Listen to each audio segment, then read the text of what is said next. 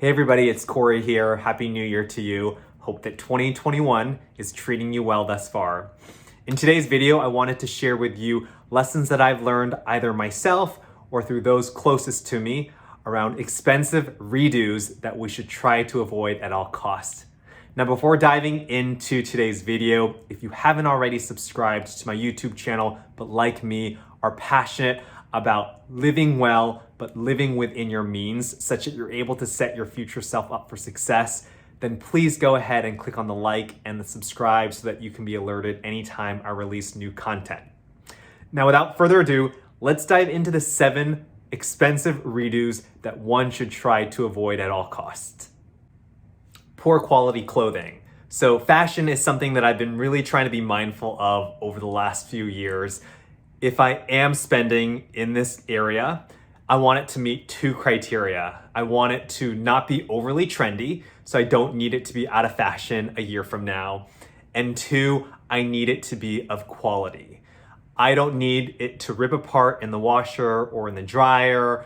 I don't need to have to ultimately replace it down the road with another item. The main takeaway here is investing in quality pieces. That is different though than going all out and buying luxury goods, which is not something that I'm advocating for. Getting too purge happy when reading things of your household that don't spark joy. So I love minimalism for a few different reasons. I think that we should all be able to do more with less. And I don't like the routine of constantly buying things because I think it'll get in the way of our ultimate goal of financial independence. Now, when we are doing a clearing of our apartment to try to get rid of junk that we don't need, my lesson is to be cautious and to not throw out things that you may ultimately need in the future.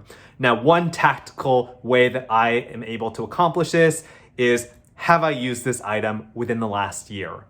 If so, I should keep it. If not, it probably is an item that I could part ways with. Now, when you are getting rid of things for other people, I would say exercise additional caution here because you don't want to have to rebuy that item. It completely defeats the purpose of ridding things that don't have any utility in your life, and it ends up costing you more money than we need to spend. Getting braces a second time as an adult. Now, who had braces as a kid? I know that I did. And I know my parents spent a ton of money investing in my smile. And so do yourself a favor and wear your retainer or wear your night guard at night. It's gonna prevent your teeth from moving around. And again, nothing is worse than having to go back to your dentist as an adult and pay for something like Invisalign to fix the errors that would have never been there had we just worn our retainers. Not looping in the experts when we should have. Now, this is one where I am all about DIY and being able to cut costs when you can do the job yourself. But in some instances, we need to know when to be able to outsource work to experts.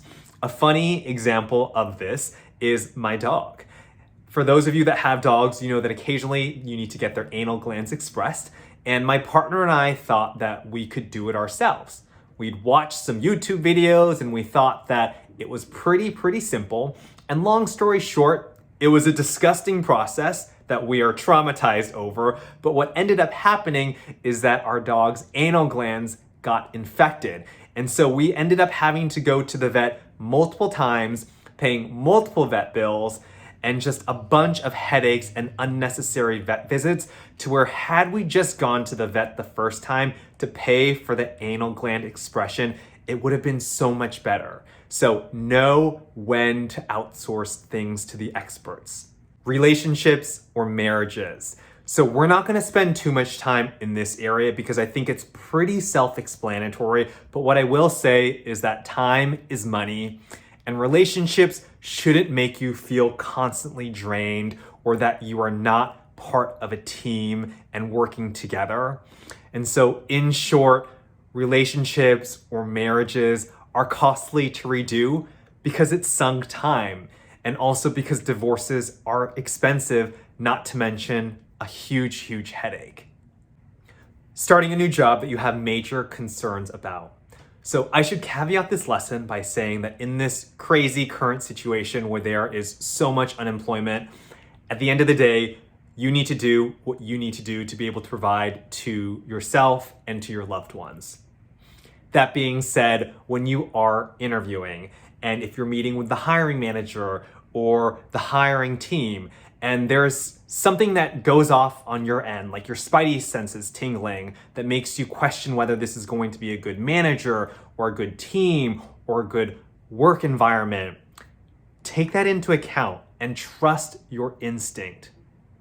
We've all been in situations where we have hated our jobs or have been in horrible work environments or have worked with colleagues that are simply terrible. And we know the toll that it takes on ourselves, on our loved ones, and how that bleeds into the rest of our lives. So the lesson here is that if you do have a choice, be mindful of that.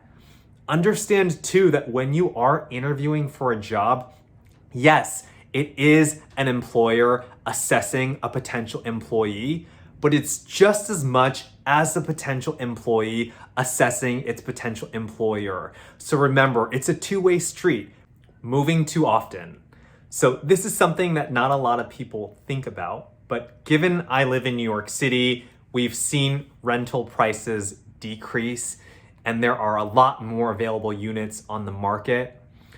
If you're thinking about moving to another apartment because it may be $100, $200, $300 cheaper, you will want to take into account the costs that you're going to incur because it may not actually be cheaper for you in the long run. So hear me out. There's a few reasons why I am coming to this conclusion. One, the cost of moving itself. So how much are you paying to have movers get you from point A to point B? Two, will all your furniture fit in your new spot? Or are you going to need to do some upgrading or some swapping or some purchasing of new furniture because of the wonky new layout that you either had before or that you will have in this new space? And three, the double rent that you may be paying to cover when your lease formally ends at your old place versus when the new lease will kick in the new apartment. So many people will oftentimes pay 1 or 2 weeks worth of overlapped rent just so that they can have peace of mind and not be rushed, moving everything out on the last day of the month and having that 1-day window where they don't know where to put their belongings before the new lease kicks in on the first of the following month. So these are some reasons why it may actually cost you more in the long run to move to an apartment that you originally thought was going to be a little bit cheaper. So those are the 7 lessons that I wanted to share around expensive redos that we should try to avoid at all costs. I want to hear from you. What's one expensive redo that you learned the hard way? Feel free to like and subscribe to this channel. And as always, I hope this information was valuable as we are going along this journey together and trying to set our future selves up for success. Have a great rest of your week, and we'll chat again soon.